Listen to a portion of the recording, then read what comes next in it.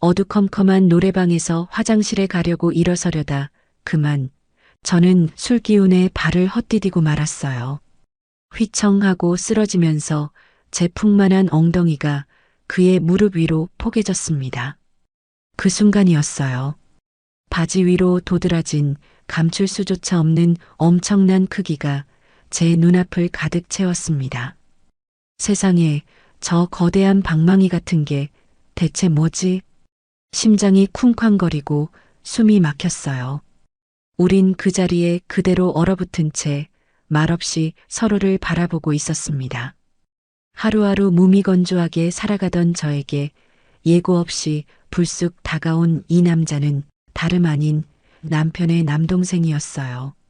50살까지 결혼도 안 하고 혼자 살아온 이유가 뭔지 인간의 그것이라고는 믿기지 않는 그 거대함을 저는 온몸으로 느끼고 말았습니다. 그리고 그날 밤 제 인생은 조용히 뒤집혔습니다. 저와 도련님 사이에 도대체 무슨 일이 벌어졌던 걸까요? 그리고 노래방 안에서 우리는 어디까지 가게 되었을까요? 지금부터 여러분의 상상을 뛰어넘는 이야기를 들려드리겠습니다. 본격적으로 시작하기 전에 영상 오른쪽 아래 구독, 좋아요 눌러주세요. 모두 무료입니다. 제 이름은 박지연, 올해 55입니다. 동네 미용실을 운영한 지 벌써 10년이 넘었어요. 오후 2시가 넘은 시간인데도 손님은 한 명도 없었습니다. 빈 의자만 4개가 덩그러니 놓여 있고 저는 계산대 뒤편에 앉아 컵라면으로 점심을 때우고 있었어요. 뜨거운 물을 붓고 기다리는 동안 문득 벽에 걸린 오래된 가족 사진이 눈에 들어왔습니다. 그 사진 속 전 남편 얼굴만 접혀 있더군요. 제가 접은 겁니다. 보기 싫어서요. 정말 내가 이렇게 살려고 결혼했나? 입 밖으로 중얼거린 말이 텅 빈 미용실 안을 맴돌았어요. 결혼 생활 20년. 그중 행복했던 날이 몇 날이나 될까요? 손가락으로 꼽아봐도 10개가 채 안 되더군요. 전 남편은 너무 무능했고 무관심했습니다. 돈을 벌어오는 것도 아니었고 제 마음을 들여다보는 것도 아니었어요. 그저 집에 들어오면 소파에 드러누워 TV만 보다가 잠들곤 했죠. 그런데 제가 가장 견딜 수 없었던 건 따로 있었습니다. 잠자리였어요. 한 번도, 단 한 번도 만족한 적이 없었습니다. 그 사람은 작았어요. 작아도 너무 작았습니다. 다 커져도 딱 풀만하다면 믿으시려나요? 처음엔 사랑하면 괜찮겠지 했습니다. 마음만 통하면 된다고 생각했어요. 그런데 시간이 지날수록 알게 됐습니다. 몸도 중요하다는 걸요. 아니, 몸이 마음을 만든다는 걸요. 그 사람과 함께한 밤은 늘 추웠습니다. 제 감정 따위는 관심 없는 사람처럼 그저 자기 할 일만 하고 돌아눕곤 했어요. 그렇게 20년을 살았습니다. 여자로서의 제가 조금씩 천천히 사라지는 느낌이었어요. 거울을 볼 때마다 얼굴이 말라가는 게 보였습니다. 웃음도 줄었고 말도 줄었어요. 어느 날 문득 깨달았습니다. 아, 나는 지금 죽어가고 있구나. 그래서 결국 저는 제 손으로 문을 닫았습니다. 이혼 서류에 도장을 찍으며 생각했어요. 이제라도 늦지 않았어. 이제라도 나를 찾아야 해. 하지만 현실은 녹록지 않았습니다. 미용실 계산대에 놓인 어머니의 약 봉투를 볼 때마다 한숨이 나왔어요. 고혈압약, 당뇨약, 관절약. 한 달 약값만 해도 만만치 않았습니다. 저는 입술을 깨물며 중얼거렸어요. 지금은 내가 버텨야 할 때야. 어머니를 위해서라도. 하지만 마음 한편으론 늘 궁금했습니다. 나는 언제쯤 행복할 수 있을까? 나도 죽기 전에 한 번쯤은 제대로 사랑받을 수 있을까? 55이라는 나이가 때론 너무 애매했어요. 늙었다고 하기엔 아직 뭔가 남아있는 것 같고 젊다고 하기엔 또 너무 많은 게 지나가 버린 것 같았죠. 그런데 바로 그 순간이었습니다. 운명이 제게 다가온 건요. 새벽 3시 어머니의 비명소리에 잠에서 깼어요. 황급히 방문을 열고 들어갔을 때 어머니는 침대 옆에 쓰러져 계셨습니다. 한쪽 입이 돌아가 있었고 말도 제대로 못 하셨어요. 엄마, 정신 차려. 저는 떨리는 손으로 119에 전화를 걸었습니다. 그날 밤이 제 인생을 완전히 바꿔놓을 줄 그때는 몰랐어요. 응급실의 공기는 너무나 차갑고 무거웠습니다. 새벽 4시에 병원은 이상하게 시간이 더디게 가더군요. 의사 선생님이 제 앞에 서서 차분하게 설명했어요. 뇌졸중입니다. 다행히 빨리 오셔서 골든타임은 놓치지 않았어요. 하지만 입원과 치료가 필요합니다. 저는 파랗게 질린 얼굴로 연신 고개를 끄덕였습니다. 네네, 알겠습니다. 손에 쥔 서류가 땀으로 축축하게 젖어 들어갔어요. 수술 동의서, 입원 신청서, 그리고 치료비 견적서. 견적서에 찍힌 숫자를 봤을 때 숨이 막혔습니다. 1,000만 원이 훌쩍 넘는 금액이었어요. 당장 입원비와 수술비만 해도 몇백만 원. 그 돈이 지금 제게 있을 리 없었죠. 통장엔 고작 100만 원 남짓 남아 있었고 그마저도 다음 달 월세와 공과금을 내야 했습니다. 손이 떨렸어요. 어떡하지? 도대체 어떡하지? 한동안 멍하니 서 있다가 문득 전 시어머니가 떠올랐습니다. 이혼했어도 그분은 늘 저를 살갑게 대해주셨거든요. 지푸라기라도 잡는 심정으로 전화를 걸었어요. 어머님, 저예요. 지연이에요. 지연아. 무슨 일이야? 어머님, 죄송한데요. 저희 어머니가 갑자기 쓰러지셔서 병원에 계신데 혹시... 말을 끝내기도 전에 시어머니의 한숨 소리가 들렸습니다. 아이고, 미안한데 나도 지금 사정이 안 좋아서 도저히 도와줄 수가 없구나. 요즘 병원비며 생활비며 너무 빠듯해서 말이야. 아, 네. 괜찮습니다. 괜찮아요. 그냥 여쭤본 거예요. 전화를 끊고 나니 눈앞이 더 캄캄했습니다. 병원복도 의자에 주저앉아 머리를 감싸쥐었어요. 이제 어쩌지, 정말 어쩌지? 자존심 다 내려놓고 전 남편에게도 연락을 해봤습니다. 하지만 돌아온 건 차가운 문자 한 줄이었어요. 뭐 어쩌라고? 그게 네 일이지, 내 일이야? 왜 나한테 묻냐? 읽는 순간 핸드폰을 집어던지고 싶었습니다. 20년을 함께 살았던 사람이 제 어머니를 그렇게도 쉽게 외면하다니요. 눈물이 핑 돌았지만 참았어요. 울고 있을 시간조차 없었으니까요. 그런데 바로 그때였습니다. 모르는 전화번호로 핸드폰이 울렸어요. 또 무슨 대출 광고 전화 아닌가 무시하려다가 혹시나 하는 마음에 받았어요. 여보세요? 형수님, 저 동현이에요. 잘 지내셨어요? 순간 숨이 멎는 줄 알았습니다. 전 남편의 남동생 동현 씨였어요. 또 도련님? 지금 병원이시라고 들었어요. 많이 놀라셨죠? 어떻게 제 상황을 알았어요? 목소리가 떨렸어요. 오랜만에 어머니랑 통화하다가 들었어요. 형수님, 어머님이 편찮으시다고. 아, 시어머니께서 말씀하셨구나. 그 순간 오래전 기억이 떠올랐습니다. 지금으로부터 한 7년쯤 전이었을까요? 도련님이 사업을 막 시작했을 때였어요. 헬스케어 용품 유통업을 하겠다며 형에게 도움을 청하러 왔었죠. 그때 남편은 차갑게 말했습니다. 내가 왜 네 사업을 도와줘야 돼? 내 사정도 빠듯한데. 도련님은 아무 말 없이 고개만 끄덕이고 돌아갔어요. 하지만 그날 저녁 도련님의 뒷모습이 자꾸만 눈에 밟혔습니다. 고개를 떨군 채 집을 나서던 그 어깨가 너무 무거워 보였거든요. 그래서 다음 날 남편 몰래 도련님에게 문자를 보냈어요. 도련님, 많이 힘드시죠? 제가 도와드릴 수 있는 건 이것뿐이지만 힘내세요. 그리고 통장에서 100만 원을 이체했습니다. 당시 제게도 결코 작은 돈이 아니었지만 그냥 마음이 그랬어요. 곧 답장이 왔습니다. 형수님, 정말 감사합니다.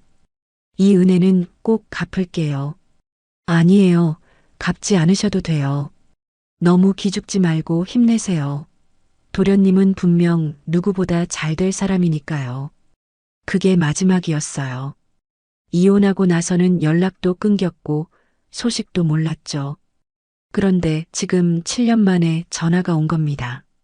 형수님, 도련님의 목소리가 낮고 담담하게 이어졌어요. 그때 받은 마음 한 번도 잊은 적 없어요. 이번엔 제가 돕겠습니다, 형수님. 병원비는 걱정 마세요. 네. 하지만 어머님 수술과 입원 그리고 회복까지 필요한 모든 비용 제가 부담하겠습니다. 또 도련님, 그럴 수 없어요. 너무 큰 돈이에요. 형수님이 아무 조건 없이 그때 저를 도와주셨잖아요. 그 마음이 얼마나 큰 힘이 됐는지 아세요? 목소리에 진심이 담겨 있었습니다. 저 그때 그 돈으로 첫 물건을 떼올 수 있었어요. 그게 시작이었습니다. 이제 제가 갚을 차례예요. 하지만 내일 병문안 가겠습니다. 힘드셨을 텐데 일단 오늘은 푹 쉬세요. 전화가 끊겼어요. 저는 한동안 핸드폰을 멍하니 쳐다보고 있었습니다. 이게 꿈인가 생시인가. 가슴이 뜨거워졌어요. 7년 전 100만 원이 이렇게 돌아올 줄은 정말 몰랐습니다. 아니, 돌려받으려고 준 것도 아니었는데 눈물이 주르륵 흘러내렸습니다. 고마움에, 안도감에, 그리고 오랜만에 느껴보는 따뜻함에 울었어요. 세상이 전부 차갑기만 한 건 아니구나 싶었습니다. 어머니의 수술은 성공적이었습니다. 다음 날 오후 회복실 앞 의자에서 저는 몸을 웅크리고 앉아 있었어요. 밤새 한숨도 못 자서 눈꺼풀이 무겁고 몸은 천근만근이었습니다. 그때 복도 끝에서 누군가 걸어오는 발소리가 들렸어요. 고개를 들었습니다. 단정한 흰색 셔츠에 평범한 검은색 면바지를 입은 도련님이 걸어오고 있었어요. 7년 만에 보는 모습이었습니다. 예전보다 얼굴은 더 단단해 보였고 어깨는 더 넓어진 것 같았어요. 형수님, 그가 제 앞에 서서 조용히 인사했습니다. 또 도련님, 오셨어요? 저는 황급히 일어섰어요. 어머님 상태는 어떠세요? 안정적이라고 하셨어요. 다행히 빨리 발견해서 큰 후유증은 없을 거래요. 다행입니다. 정말 다행이에요. 그가 안도의 한숨을 내쉬었어요. 아, 잠깐만요. 물 좀 가져올게요. 동현 씨가 복도 끝 정수기 쪽으로 걸어갔습니다. 저는 그 뒷모습을 멍하니 바라보고 있었어요. 많이 변했네. 예전엔 그냥 어린 동생 같았는데, 이제는 완전히 어른, 아니 다부진 몸의 남자였습니다. 곧 그가 종이컵 2개를 들고 돌아왔어요. 여기요. 감사합니다. 저는 종이컵을 받아들었습니다. 그런데 그 순간이었어요. 손이 미끄러지면서 컵이 바닥으로 떨어졌습니다. 아, 괜찮아요. 제가 주울게요. 동현 씨가 재빨리 허리를 숙였어요. 저도 반사적으로 몸을 숙였습니다. 그리고 바로 그 순간 제 시선이 무심코 그의 바지 지퍼 라인으로 스쳤습니다. 심장이 멎는 줄 알았어요. 바지로도 감출 수 없는 어마어마한 크기, 면바지 위로 도드라진 그 거대한 윤곽이 너무나 선명하게 보였습니다. 저게 뭐야? 순간 입이 바짝 말랐어요. 목구멍이 타들어가는 것 같았습니다. 손끝이 떨렸고 시선을 떼야 하는데 떨어지지 않았어요. 저게 사람 크기가 맞는 거야? 내가 지금 뭘 본 거지? 20년 결혼 생활 동안 단 한 번도 본 적 없는 크기였습니다. 아니, 상상조차 해본 적 없는 크기였어요. 전 남편의 다 커져도 딱 풀만했던 그것과는 비교조차 할 수 없었죠. 너무 작아서 느껴지지도 않았으니까요. 하지만 지금 제 눈앞에 있는 건 완전히 다른 세계였습니다. 동현 씨가 컵을 주워 올리며 일어섰어요. 저도 황급히 시선을 돌리고 일어났습니다. 여기요, 형수님.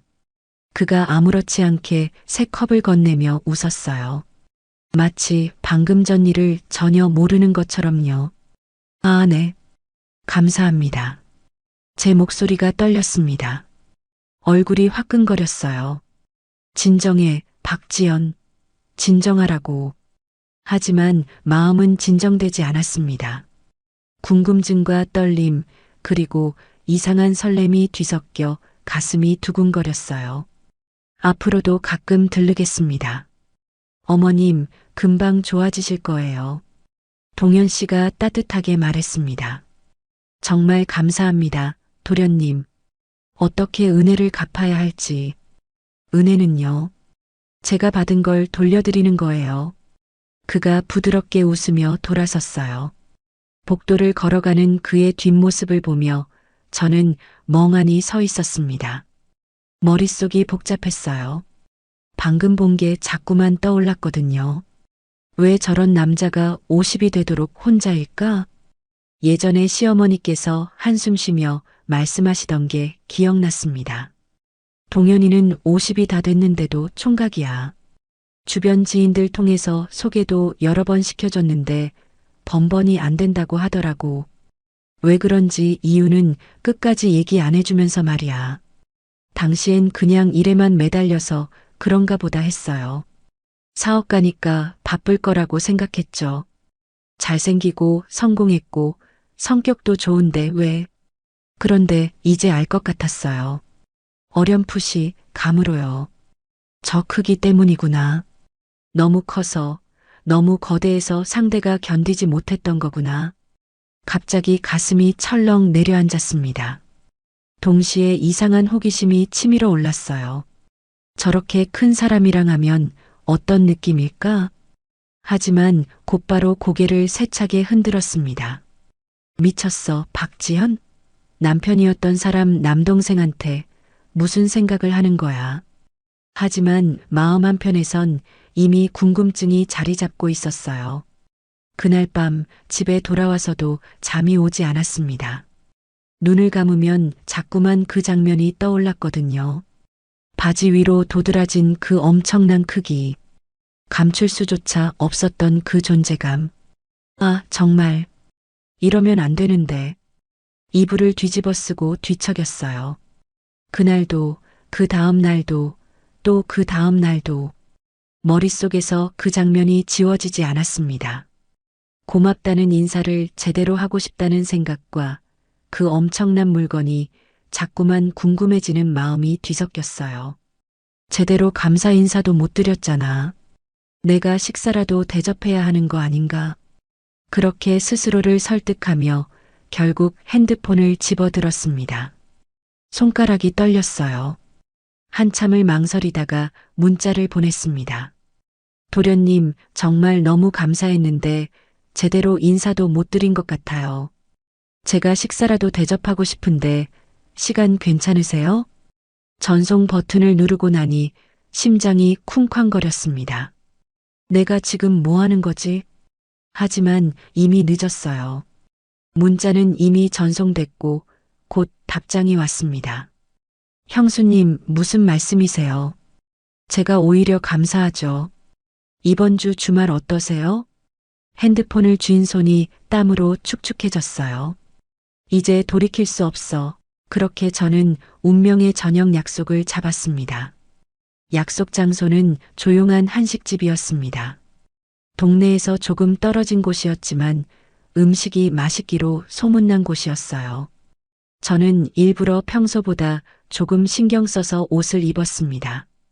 그냥 감사 인사하는 자리야. 너무 꾸미면 이상하게 보이겠지? 그렇게 스스로를 다독이면서도 거울 앞에서 몇 번이나 옷을 갈아입었어요. 식당에 먼저 도착해서 기다리고 있는데 동현 씨가 들어왔습니다. 깔끔한 남색 셔츠에 청바지 차림이었어요. 형수님, 오래 기다리신 거 아니에요? 아니에요. 저도 방금 왔어요. 거짓말이었습니다. 사실 너무 긴장해서 30분 전부터 와서 기다리고 있었거든요. 자리에 마주 앉았습니다. 따뜻한 국물 냄새가 코끝을 간지렸어요. 도련님, 정말 감사해요. 어머니 일로 너무 큰 도움을 받았어요. 별 말씀을요. 형수님이 예전에 저를 도와주셨잖아요. 그건 정말 작은 돈이었는데 도련님은 정말 큰 도움을. 작은 돈이 아니었어요, 형수님. 동현 씨가 제 말을 잘랐습니다. 그때 그 100만 원이 없었으면 저는 시작도 못했을 거예요. 그리고 무엇보다 그가 잠시 말을 멈췄어요. 형수님이 저를 믿어주셨잖아요. 형도 안 믿어주는데 형수님은 제가 잘 될 거라고 말씀해 주셨어요. 그게 얼마나 큰 힘이 됐는지 아세요? 가슴이 뭉클해졌습니다. 지금은 어떠세요? 사업은 잘 되고 있어요? 네, 다행히 잘 되고 있어요. 헬스케어 용품 유통업인데 요즘 건강에 관심 많으신 분들이 늘어나서요. 대화가 자연스럽게 이어졌습니다. 일 얘기, 어머니 건강 얘기, 동네 얘기. 말끝마다 상대의 호흡을 살피는 동현 씨의 태도가 편안했어요. 한 번도 자기 얘기만 하지 않았고 제 말을 끝까지 들어주었습니다. 형이랑은 정말 다르네. 전 남편은 늘 자기 얘기만 했거든요. 제 말은 듣는 둥 마는 둥 하다가 결국 자기 이야기로 돌아갔죠. 하지만 동현 씨는 달랐습니다. 형수님, 미용실 일은 힘들지 않으세요? 힘들죠. 요즘은 손님도 많이 줄었고요. 그래도 형수님이 하시니까 단골 손님들이 많으시겠어요. 그렇게 봐주시니 고맙네요. 식사가 끝나고 술을 시켰습니다. 막걸리 한 병. 잔을 주고받으며 대화는 점점 깊어졌어요. 도련님은 왜 아직 결혼 안 하세요? 술 기운 탓인지 대담하게 물어봤습니다. 동현 씨의 표정이 잠깐 굳었어요. 그가 잔을 내려놓으며 한숨을 쉬었습니다. 사실 몇 번 만남이 있었어요. 소개팅도 하고 연애도 시작해봤고요. 그런데요, 다들 떠나더라고요. 왜요? 동현 씨가 고개를 숙였습니다. 제 입으로 이런 말하기 쑥스럽긴 한데 제가 너무 커서요. 순간 심장이 쿵 내려앉았습니다. 병원에서 봤던 그 장면이 머릿속을 스쳤어요. 제가 너무 크다 보니 만나는 상대마다 아파서 죽을 것 같다고 했어요. 도저히 견딜 수가 없다고요. 처음엔 괜찮다고 하다가도 결국 멀어지더라고요. 목소리에 깊은 상처가 묻어났습니다. 그래서 점점 시작 자체를 안 하게 됐어요. 그게 작아지는 것도 아니고 어차피 같은 일이 또 반복될 텐데 뭐하러 상처만 주고받나 싶었죠. 가슴이 먹먹해졌어요. 그 큰 것 때문에 오히려 외로웠던 거구나. 제가 작은 것 때문에 불행했던 것처럼. 술 기운이 올랐습니다. 평소 같으면 절대 하지 않았을 말이 입 밖으로 튀어나왔어요. 저는요, 도련님. 네, 저는 반대였어요. 동현 씨가 고개를 들어 저를 봤습니다. 진태 씨와 결혼 생활이 한 번도 행복하지 않았어요.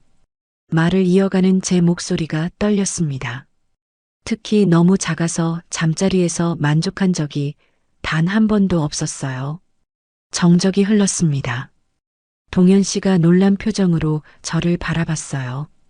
결혼 생활 20년 동안 여자로서의 제가 사라지는 느낌이었죠. 형수님, 그래서 이혼했어요.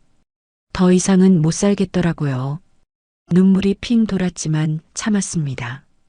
도련님은 너무 커서 힘드셨고 저는 너무 작은 걸 만나서 힘들었네요. 씁쓸한 웃음이 나왔어요. 동현 씨도 작게 웃었습니다. 제가 커서 형도 저처럼 클 줄 알았는데 정반대였었네요. 그러게요. 둘 다 한동안 말이 없었어요. 하지만 그 침묵은 어색하지 않았습니다. 오히려 서로의 아픔을 이해하는 듯한 묘한 안도감이 흘렀어요. 동현 씨가 먼저 입을 열었습니다. 형수님. 네. 형수님은 여전히 훌륭하세요. 뭐가요? 여자로서요. 얼굴이 화끈 달아올랐습니다. 눈이 마주쳤어요. 그의 눈빛이 진지했습니다. 진심이 담겨 있었어요. 저도요, 도련님. 제 입에서 자연스럽게 말이 나왔습니다. 도련님도 나쁘지 않으세요. 아니, 오히려 말을 잇지 못했어요. 하지만 동현 씨는 알아들었나 봅니다. 그가 살짝 미소 지었거든요. 술 좀 더 마실까요? 네, 좋아요. 그렇게 우리는 두 번째 막걸리를 시켰습니다. 대화는 더 깊어졌고 거리는 더 가까워졌어요. 어느새 시간은 밤 10시를 넘어가고 있었습니다. 형수님, 술 좀 깰 겸 어디 갈까요? 어디요? 노래방이라도 가요. 한 곡 부르고 가시죠. 노래방이요? 네, 제가 멋지게 한 곡 불러드릴게요. 술 기운에 제 대답도 가벼워졌어요. 그럼 가요. 한 곡 정도는 괜찮겠죠. 그렇게 우리는 조용한 노래방으로 향했습니다. 그곳에서 무슨 일이 일어날지 전혀 예상하지 못한 채로요. 노래방은 조용했습니다. 주말 밤인데도 손님이 별로 없는지 복도가 한산했어요. 이번 방 들어가세요. 작은 방이었어요. 소파 하나, 테이블 하나, 그리고 마이크 2개. 뭐 부를까요? 동현 씨가 리모컨을 들고 물었습니다. 도련님이 좋아하는 거 부르세요. 그럼 저는 이거요. 그가 옛날 발라드 한 곡을 골랐어요. 나 지금 뭐 하는 거지? 전 남편의 남동생과 단둘이 노래방에 있다니. 이상한 상황이었지만 동시에 마음은 편안했어요. 형수님 차례예요. 아, 네. 저도 옛날 노래 하나를 골랐습니다. 노래를 부르다 보니 긴장이 풀렸어요. 한 곡 더 할까요? 좋죠. 이번엔 제가 먼저 곡을 골랐습니다. 신나는 댄스곡이었어요. 음악이 나오자 저도 모르게 몸이 들썩거렸습니다. 우와, 형수님도 이 노래 좋아하세요? 동현 씨가 웃으며 말했어요. 노래가 끝나고 화장실에 가려고 일어서는데 순간 술 기운이 올라오면서 어지러움과 함께 다리가 비틀거렸습니다. 어머, 발을 헛디뎠어요. 중심을 잃은 제 몸이 앞으로 쏠렸습니다. 형수님, 동현 씨가 황급히 저를 붙잡았어요. 하지만 제 몸은 이미 앉아있는 그를 향해 쓰러지고 있었습니다. 쿵 하고 제 엉덩이가 동현 씨 무릎에 완전히 포개지고 말았어요. 그 순간 엄청난 크기의 동현 씨의 존재가 제 엉덩이를 찔러오는 게 느껴졌습니다. 병원에서 봤던 것보다 더 선명하게요. 바지 위로 불쑥 튀어나온 거대한 방망이 같은 그것이 제 손에 닿을 정도로 가까이에 있었어요. 심장이 미친 듯이 뛰었습니다. 숨이 가빠졌어요. 그리고 저도 모르게 그만 손으로 살짝 잡고 말았습니다. 아니, 형수님. 동현 씨의 몸이 순간 굳었어요. 저도 깜짝 놀라 손을 떼었습니다. 죄송해요. 얼굴이 불처럼 뜨거워졌어요. 미쳤나, 박지연. 지금 뭐 한 거야? 하지만 손에 느껴졌던 그 크기와 감촉은 지울 수가 없었습니다. 전 남편과는 차원이 다르게 이건 정말 완전히 다른 세계였어요. 동현 씨는 당황해서 시선을 피했습니다. 괜찮아요, 형수님. 하지만 그의 바지는 더욱 불룩해져 있었어요. 제 손길에 반응한 거였습니다. 금방이라도 바지를 뚫어버릴 듯 감출 수 없는 존재감을 뿜어내고 있었죠. 숨이 더 가빠졌습니다. 가슴이 두근거렸고 몸이 뜨거워졌어요. 20년 동안 한 번도 느껴본 적 없던 감정이었습니다. 이건 뭐지? 그것은 욕망이었어요. 순수한 욕망이었습니다. 저도 여자구나 하는 걸 그 순간 깨달았어요. 형수님, 동현 씨가 낮은 목소리로 불렀습니다. 저는 그를 똑바로 쳐다볼 수 없었어요. 그의 눈빛도 흔들리고 있었습니다. 건강한 수컷으로서의 본능을 참고 있는 게 보였죠. 한계까지 참고 있는 거였습니다. 그 모습이 더 마음을 흔들었어요. 이 사람은 나를 배려하고 있구나. 전 남편은 단 한 번도 저를 배려한 적이 없었습니다. 자기 하고 싶을 때 하고 끝나면 돌아 누웠어요. 제 마음 따위는 중요하지 않았죠. 하지만 동현 씨는 달랐습니다. 지금 이 순간에도 저를 먼저 생각하고 있었어요. 그게 더 마음을 움직였습니다. 저는 한 걸음 다가섰어요. 도련님, 네, 형수님, 미안해요. 뭐가요? 방금 잡은 거요. 아, 괜찮아요. 실수니까. 아니에요. 제가 그의 말을 끊었습니다. 실수가 아니었어요. 동현 씨의 눈이 커졌어요. 더 이상은 못 참겠어요. 저는 한 걸음 더 다가서서 그의 셔츠 깃을 잡았습니다. 형수님, 도련님, 낮게 속삭였어요. 그리고는 더 가까이 다가가 입을 맞췄습니다. 처음엔 살짝, 그 다음엔 조금 더 깊게. 동현 씨도 저를 끌어안았어요. 천천히, 아주 천천히 서로의 호흡을 맞췄습니다. 배경음악이 멀어졌어요. 노래방 화면의 점수 같은 건 아무 의미가 없었습니다. 지금 이 순간 저는 20년 만에 처음으로 여자로 살아있다는 걸 느꼈어요. 입맞춤이 끝나고 우리는 잠시 서로를 바라봤습니다. 형수님, 진심이세요? 동현 씨가 조심스럽게 물었어요. 네. 저는 망설이지 않고 대답했습니다. 저도요, 형수님. 그의 손이 제 손을 꼭 잡았어요. 따뜻했습니다. 그럼 우리 말을 끝까지 하지 못했어요. 하지만 서로 눈빛으로 통했습니다. 동현 씨가 조용히 말했어요. 근처에 조용한 곳이 있어요. 나가요. 저는 고개를 끄덕였습니다. 떨렸지만 두렵지 않았어요. 오히려 기대됐습니다. 처음으로요. 진짜 처음으로 여자로서 사랑받는 게 어떤 건지 알고 싶었어요. 우리는 노래방을 나섰습니다. 밤 공기가 차가웠지만 제 몸은 뜨거웠어요. 동현 씨가 제 손을 잡았습니다. 꼭 쥐어진 그 손에서 온기가 전해졌어요. 이젠 정말 돌아갈 수 없어. 하지만 돌아가고 싶지 않았습니다. 오늘 밤만큼은 저도 사랑받고 싶었으니까요. 조용한 모텔이었습니다. 큰 길에서 조금 떨어진 한적한 곳이었어요. 객실 문을 열고 들어섰을 때 창문 너머로 가늘게 비가 내리기 시작했습니다. 작은 방, 포근한 이불, 그리고 둘만의 공간. 문을 닫는 순간 긴장이 밀려왔어요. 내가 정말 여기까지 왔네. 손이 떨렸습니다. 20년 결혼 생활 동안 남편 말고는 아무도 없었거든요. 그런데 지금 저는 전 남편의 남동생과 함께 이 방에 있었습니다.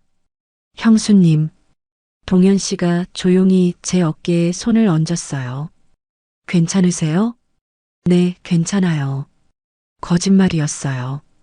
떨리고 긴장되고 두려웠습니다. 하지만 동시에 기대도 됐어요. 천천히 해요. 급하지 않아요. 그가 제 손을 잡았어요.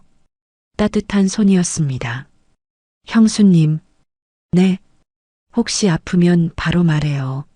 언제든 멈출게요. 그 말에 제 어깨에서 힘이 빠졌습니다. 전 남편은 단 한 번도 그런 말을 해준 적이 없었어요.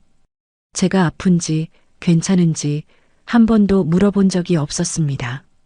하지만 동현 씨는 시작하기도 전에 먼저 물어봤어요. 이 사람은 다르구나. 눈물이 핑 돌았습니다. 고마워요, 도련님. 뭐가요? 이렇게 따뜻하게 배려해줘서요. 동현 씨가 부드럽게 미소 지었어요. 그리고 천천히 제 손등에 입을 맞췄습니다. 그 다음엔 손목에, 그 다음엔 팔에. 천천히, 아주 천천히 저를 대했습니다. 급하지 않았고 서두르지도 않았죠. 제 호흡을 살피며 제 반응을 보며 움직였어요. 손등이 맞닿고 이마가 닿고 입술이 다시 포개졌습니다. 형수님, 정말 괜찮으세요? 또 물었어요. 네, 괜찮아요. 이번엔 진심이었습니다. 옷이 하나씩 벗겨지고 동현 씨의 체온이 느껴졌습니다. 뜨겁고 단단했어요. 형수님, 그가 제 귀에 대고 속삭였습니다. 천천히 갈게요. 절대 서두르지 않을게요. 처음엔 놀랐습니다. 병원에서 봤던 것, 노래방에서 만졌던 것보다 훨씬 더 컸어요. 겁이 나고 몸이 경직됐습니다. 하지만 천천히 서로의 호흡을 맞춰가면서 시간이 지나자 통증이 사라졌어요. 아니, 통증보다 다른 감정이 더 커졌습니다. 아, 이런 거구나. 처음 느껴보는 감각이었어요. 20년 결혼 생활 동안 단 한 번도 느껴본 적 없던 거였습니다. 몸속 깊은 곳에서 뭔가 차오르는 느낌. 숨이 가빠지고 목소리가 새어나왔어요. 도련님, 네, 형수님. 너무 좋아요. 처음으로 한 말이었습니다. 전 남편 진태에게는 한 번도 해본 적 없는 말이었어요. 좋다고 말할 이유가 없었으니까요. 하지만 지금은 달랐습니다. 정말 좋았거든요. 형수님, 네, 저도 좋아요. 그의 목소리도 떨렸습니다. 우리는 서로를 꼭 안았어요. 땀이 섞이고 숨이 섞이고 체온이 섞였습니다. 시간 가는 줄 몰랐어요. 얼마나 지났을까요?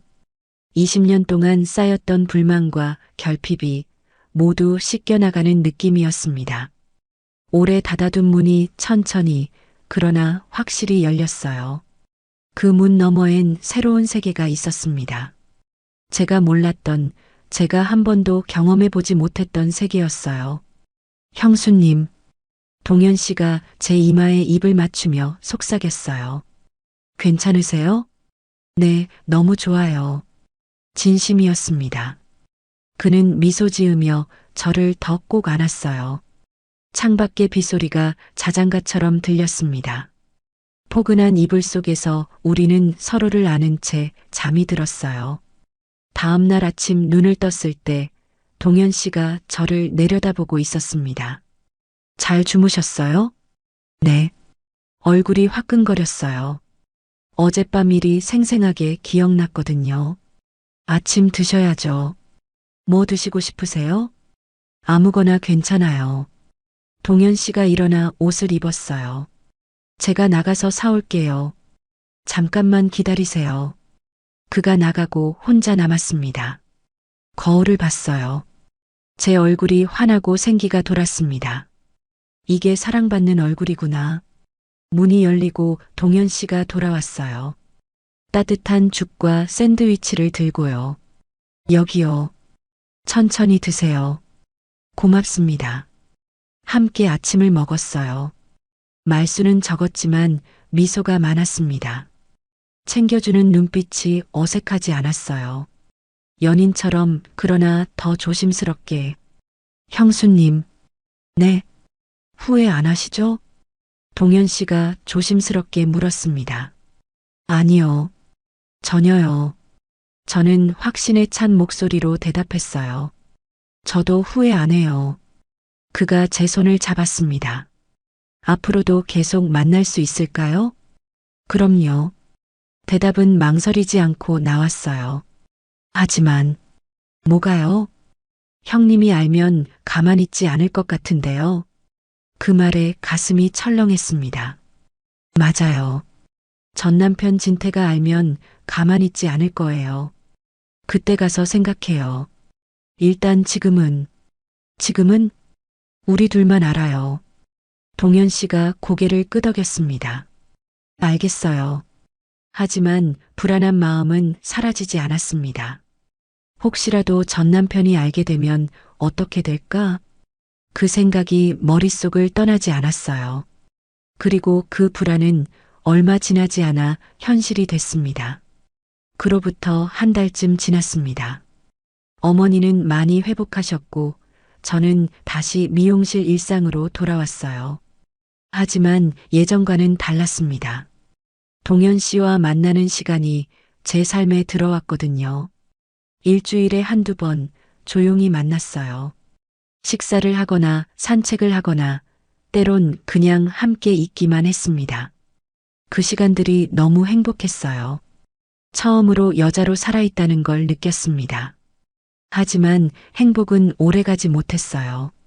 어느 날 저녁, 미용실 문을 닫으려는데 누군가 거칠게 문을 밀고 들어왔습니다. 야, 박지연. 그 목소리에 심장이 철렁 내려앉았어요. 전 남편 진태였습니다. 진태 씨? 너 지금 뭐 하는 거야? 그의 얼굴이 벌겋게 상기되어 있었어요. 술 냄새가 진동했습니다. 무슨 말을? 시침이 떼지 마. 네가 지금 내 동생이랑 만나고 다닌다며? 숨이 막혔습니다. 어떻게 알았지? 누가 그래요? 아는 사람이 봤어. 너희 둘이 손잡고 다니는 거. 진태가 한 발짝 다가왔어요. 저는 본능적으로 뒤로 물러났습니다. 네가 나를 버리더니 이젠 내 동생한테 달라붙어? 그의 목소리가 점점 커졌어요. 창피한 줄 알아라. 나이가 몇인데 그런 짓을 해? 짓이라니요. 우린 그냥이 어디 있어? 진태가 비웃었습니다. 이 동네에서 네가 하는 꼬라지 내가 다 봤어. 돈도 없고 자존심도 없는 주제에 가슴에 칼이 꽂히는 것 같았어요. 그만하세요. 그만하긴 뭘 그만해? 네가 지금 뭐 하는지 알기나 해? 진태가 핸드폰을 꺼냈습니다. 여기 봐. 니네 둘이 모텔 들어가는 사진도 있어. 심장이 멎는 줄 알았어요. 그걸 어떻게? 미행했지. 심부름센터에 부탁해서. 진태의 입가에 비열한 웃음이 걸렸습니다. 이거랑 내가 찍어둔 다른 사진들 인터넷에 올리면 어떻게 될까? 뭐라고요? 네 미용실 이름이랑 주소도 같이 올리고. 그럼 어떻게 될 것 같아? 아마 손님들 싹 도망가겠지. 무릎이 후들거렸어요. 미용실은 제 생계였습니다. 어머니를 모시고 살 수 있는 유일한 수단이었어요. 왜 이러세요? 우린 이미 이혼했잖아요. 이혼했어도 창피한 건 창피한 거야. 내 체면이 어떻게 돼? 체면이요? 웃음이 나왔어요. 비참한 웃음이었습니다. 진태 씨, 결혼 생활 내내 저를 투명인간 취급하면서 무슨 체면을 말하는 거예요? 뭐, 잠자리에서 한 번도 저를 만족시켜 준 적 없으면서 이제 와서 무슨 체면이에요? 진태의 얼굴이 일그러졌습니다. 사실이잖아요. 진태 씨는 작았어요. 너무 작아서 느껴지지도 않았어요. 닥쳐. 진태가 소리 질렀어요. 그래서 동현이한테 간 거야? 그래, 그렇게 크니까 좋던? 저속한 말이 튀어나왔습니다. 그만하세요. 왜? 사실이잖아. 내가 작고 시시해서 동생 찾아간 거잖아. 참을 수 없었어요. 맞아요. 동현 씨는 달라요. 당신이랑은 비교도 안 돼요. 순간 정적이 흘렀습니다. 진태의 얼굴이 새파랗게 질리더니 주먹을 불끈 쥐었습니다. 현금으로 3천 내놔. 아니면 오늘 밤 바로 인터넷에 올릴 거니까. 돈이요? 그래, 돈. 3천만 원만 주면 이 사진들 다 지워줄게. 3천만 원이요? 제가 어디서 그런 돈을? 그럼 동현이한테 받아. 넌 이제 걔 여자잖아. 진태가 비웃었습니다. 동생 돈으로 먹고 사는 거야 뭐. 네 수준에 딱 맞네. 눈물이 핑 돌았어요. 분노와 굴욕이 뒤섞였습니다. 일주일 줄게. 일주일 안에 3천 준비 못하면 인터넷에 다 올린다. 진태가 문을 박차고 나갔어요. 쿵 하고 문이 닫히는 소리와 함께 저는 그대로 주저앉았습니다. 온몸이 떨렸어요. 어떡하지? 정말 어떡하지? 3천만 원. 제게 있을 리 없는 돈이었습니다. 통장엔 고작 몇백만 원밖에 없었어요. 동현 씨에게 말해야 할까? 하지만 그럴 수 없었어요. 이미 병원비로 너무 큰 신세를 졌는데, 게다가 진태는 동현 씨의 형이었습니다.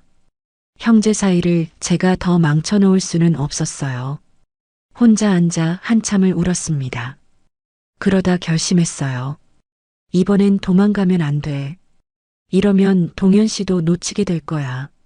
전 동현 씨에게 전화를 걸었습니다. 한참을 망설이다가 통화 버튼을 눌렀어요. 여보세요, 형수님? 따뜻한 목소리가 들렸습니다. 그 목소리를 듣자 눈물이 또 쏟아졌어요. 도련님, 형수님, 무슨 일 있으세요? 지금 울고 계신 거예요? 도련님, 저 말씀드릴 게 있어요. 지금 어디세요? 제가 갈게요. 미용실이에요. 지금 바로 갈 테니까 조금만 기다리세요. 전화가 끊겼습니다. 저는 눈물을 닦으며 기다렸어요. 10분 뒤 동현 씨가 헐레벌떡 뛰어왔습니다. 형수님, 그가 저를 꼭 안았어요. 무슨 일이에요? 왜 우세요? 저는 모든 걸 털어놓았습니다. 전 남편 진태가 찾아온 것, 협박한 것, 사진을 인터넷에 올리겠다고 한 것, 그리고 3천만 원을 요구한 것까지 다 말했어요. 동현 씨의 얼굴이 점점 굳어갔습니다. 형수님, 이건 제 일입니다. 그가 단호하게 말했어요. 제가 해결할게요. 형수님은 아무 걱정하지 마세요. 하지만, 형수님, 동현 씨가 제 어깨를 잡았습니다. 비록 형이라도 형수님을 협박하는 건 절대 용납할 수 없어요. 그의 눈빛이 진지했습니다. 처음 보는 단단한 표정이었어요. 믿고 기다려주세요. 그날 밤 동현 씨는 형 진태를 만나러 갔습니다. 사흘 뒤였습니다. 동현 씨에게서 연락이 왔어요. 형수님, 다 해결했어요. 정말요? 믿기지 않았습니다. 네. 이제 형은 형수님께 다시는 접근하지 않을 거예요. 어떻게 하신 거예요? 직접 만나서 얘기했어요. 자세한 건 만나서 말씀드릴게요. 그날 저녁 우리는 조용한 카페에서 만났습니다. 동현 씨가 차분하게 설명해 주었어요. 형을 불러냈어요. 조용한 곳으로요. 그래서요? 처음엔 형이 반발했어요. 자기가 뭘 잘못했냐고, 오히려 저희가 형한테 민망한 짓을 했다고 따졌죠. 그래서 뭐라고 하셨어요?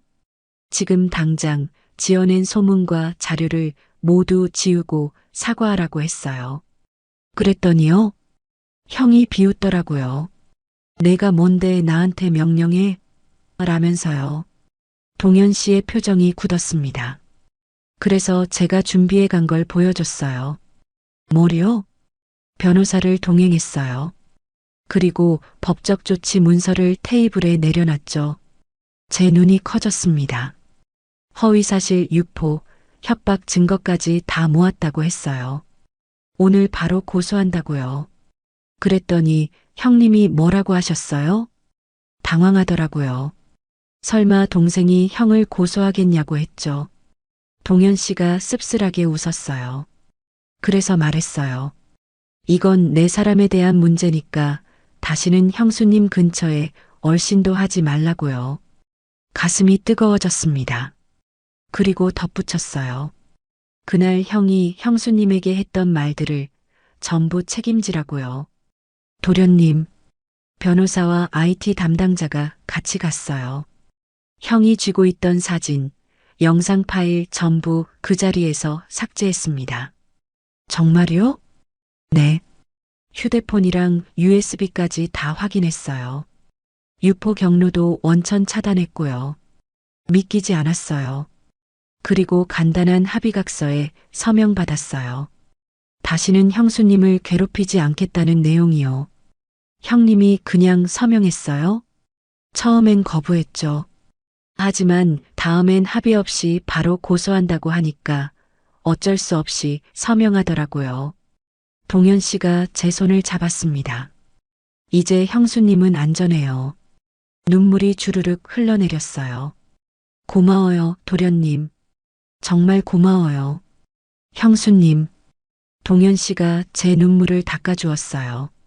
이제 당신 뒤엔 내가 있어요. 당신은 사랑받을 권리가 있습니다. 그 말에 더 이상 참을 수가 없었어요. 와라크를 껴안고 울었습니다. 20년 결혼 생활 동안 단 한 번도 들어보지 못한 말이었거든요. 사랑받을 권리. 저한테도 그런 권리가 있었던 거예요. 한참을 울고 나니 마음이 한결 가벼워졌습니다. 형수님, 이제 편히 사세요. 형은 다시는 안 나타날 거예요. 정말 괜찮을까요? 괜찮아요. 제가 확실히 해뒀으니까요. 동현 씨가 확신에 찬 목소리로 말했어요. 그리고 형수님. 네. 이제 우리 공개적으로 만나요. 숨어 다니지 말고 당당하게요. 얼굴이 빨개졌어요. 하지만 사람들이 뭐라고 할지 상관없어요. 저는 형수님이랑 함께 있고 싶어요. 동현 씨의 눈빛이 진지했습니다. 사랑하는데 나이가 뭐가 중요해요? 심장이 쿵 내려앉았습니다. 사랑한다고요? 네, 저는 형수님을 사랑해요. 처음 듣는 고백이었어요. 진태는 결혼 생활 내내 단 한 번도 사랑한다고 말한 적이 없었습니다. 하지만 동현 씨는 지금 제 눈을 똑바로 보며 말하고 있었어요. 저도 사랑해요, 도련님. 처음으로 제 입에서 나온 고백이었습니다. 부끄럽지만 진심이었어요. 동현 씨가 미소 지으며 저를 끌어안았습니다. 형수님, 이제 형수님 말고 이름으로 불러도 될까요? 지연 씨, 제 이름을 부르는 그의 목소리가 달콤했어요. 네, 좋아요. 그럼 저도 동현 씨. 어색했지만 행복했습니다. 앞으로 우리 어떻게 할까요? 제가 조심스럽게 물었어요. 천천히 가요. 서두르지 말고요. 동현 씨가 제 머리를 쓰다듬었습니다. 일단 어머님이 완전히 회복하시는 게 먼저니까요. 그렇죠. 그 다음엔요? 결혼식까지는 아니어도 우리만의 방식으로 약속하면 어때요? 우리만의 방식이요? 네. 여행이라도 다녀오고요. 제주도 같은데요. 제주도라니 오래전부터 가보고 싶었던 곳이었어요. 좋아요. 가요. 그럼 어머님이 좋아지시면 바로 떠나요. 우리는 손을 맞잡았습니다. 앞으로 어떤 일이 벌어질지 몰랐어요. 하지만 두렵지 않았습니다. 동현 씨가 함께 있으니까요. 그로부터 2달 뒤 어머니는 완전히 회복하셨어요. 이제는 지팡이 없이도 걸으실 수 있을 정도였습니다. 지연아, 요즘 얼굴이 너무 좋아 보인다. 어머니가 웃으며 말씀하셨어요. 그래요? 그래. 뭔가 좋은 일 있니? 네, 좋은 일이 있어요. 남자야? 깜짝 놀랐어요. 어떻게 아셨어요? 어미가 딸 보면 알지. 사랑하는 사람이 생겼구나. 부끄러웠지만 고개를 끄덕였습니다. 좋은 사람이야? 네, 아주 좋은 사람이에요. 그럼 됐다. 더 이상은 아무것도 묻지 않을게. 엄마는 내가 행복하면 그걸로 충분해. 어머니가 제 손을 잡으셨어요. 지연아, 나이 들었다고 사랑이 끝난 게 아니야. 오히려 이제부터가 진짜 사랑이야. 눈물이 핑 돌았습니다. 고마워요, 엄마. 고맙긴 뭘. 엄마는 괜찮으니까 이제 내 행복 챙겨. 그날 저녁 동현 씨와 저는 2주 뒤에 출발하는 제주행 비행기표를 예매했습니다. 지연 씨, 너무 설레요. 저도요, 동현 씨. 처음으로 함께 여행을 간다는 게 믿기지 않았어요. 진태와는 단 한 번도 여행을 가본 적이 없었거든요. 하지만 이제는 달랐습니다. 사랑하는 사람과 함께 새로운 시작을 향해 나아가는 거였어요. 55은 사랑하기에 절대로 늦은 나이가 아니었습니다. 오히려 이제부터가 진짜 제 인생이었어요. 제주로 떠나는 날 공항에서 동현 씨가 제 손을 꼭 잡았습니다. 지연 씨, 준비됐어요? 네. 우리는 새로운 시작을 향해 함께 공항 게이트로 걸어갔어요. 그리고 그날 밤 전 동현 씨 손을 꼭 잡고 제주 바닷길을 걷고 있었습니다. 푸른 바다, 시원한 바람, 그리고 옆에 있는 사람. 동현 씨가 제 어깨를 감싸 안았어요. 행복해요? 네, 너무 행복해요. 우리는 결혼식 대신 둘만의 약속을 선택했습니다. 서류보다 마음의 약속이 더 중요하다고 생각했거든요. 지연 씨, 네, 우리 평생 함께해요. 여러분, 나이가 들었다고 사랑이 끝난 건 아니더군요. 젊을 땐 몰랐던 다정함을 이제야 알게 됐습니다. 20년 결혼 생활보다 동현 씨와 함께한 몇 개월이 더 행복했어요. 배려하고 존중하고 사랑하는 마음. 동현 씨는 그 모든 걸 가지고 있었습니다. 조금 늦게 피는 것보다 오래도록 피어 있는 게 더 중요하지 않을까요? 바다를 바라보며 저는 생각했습니다. 사랑하는 사람과 함께하는 지금 이 순간, 진심으로 행복하다고요. 55에 찾은 사랑, 이제부터가 진짜 제 인생입니다. 시청해주셔서 감사합니다.